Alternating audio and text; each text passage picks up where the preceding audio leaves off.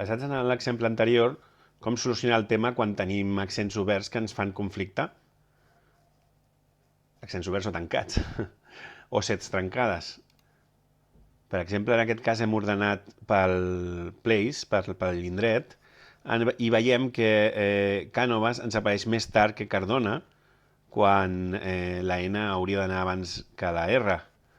I el mateix passa en València i Vallirana, la E hauria de tenir preferència respecte a la L, el que passa és que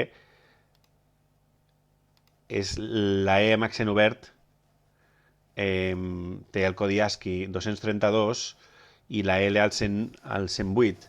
Per tant, la L pren preferència. Com podem arreglar això? Podem arreglar molt fàcilment en la nostra lambda reemplaçant les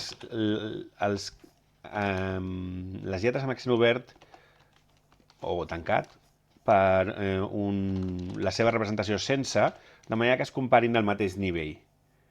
Llavors teníem la E oberta i tindríem la E tancada i afegiria també la U pel simple fet que tenim Samalús, però a Cànovas i Samalús, encara que en aquest cas no afectaria perquè no ho compara amb res més. Però si tinguéssim moltes poblacions, ens convindria fer-ho amb totes les lletres.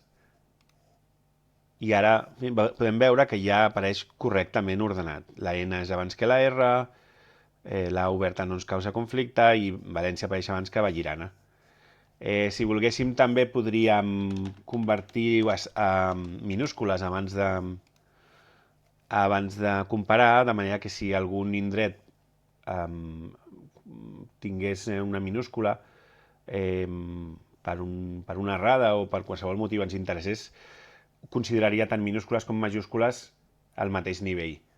Si no, les majúscules anirien primer i les minúscules després. Per exemple, si no posem aquest lower i ara afegim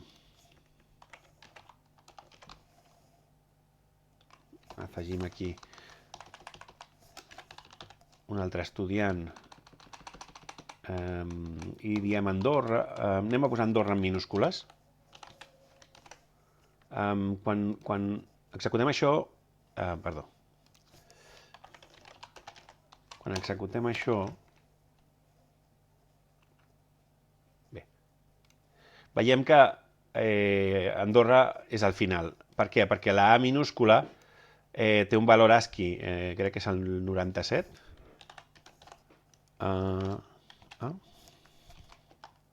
Sí, el 97, i la A majúscula és el 65.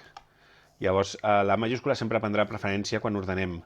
Solucionem això doncs, o convertint-ho tot a majúscules o convertint-ho tot a minúscules.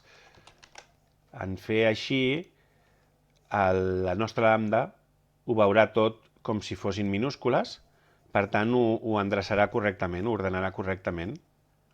I ara, si em permeteu, ho posaré correctament perquè em fa mal a la vista. Gràcies.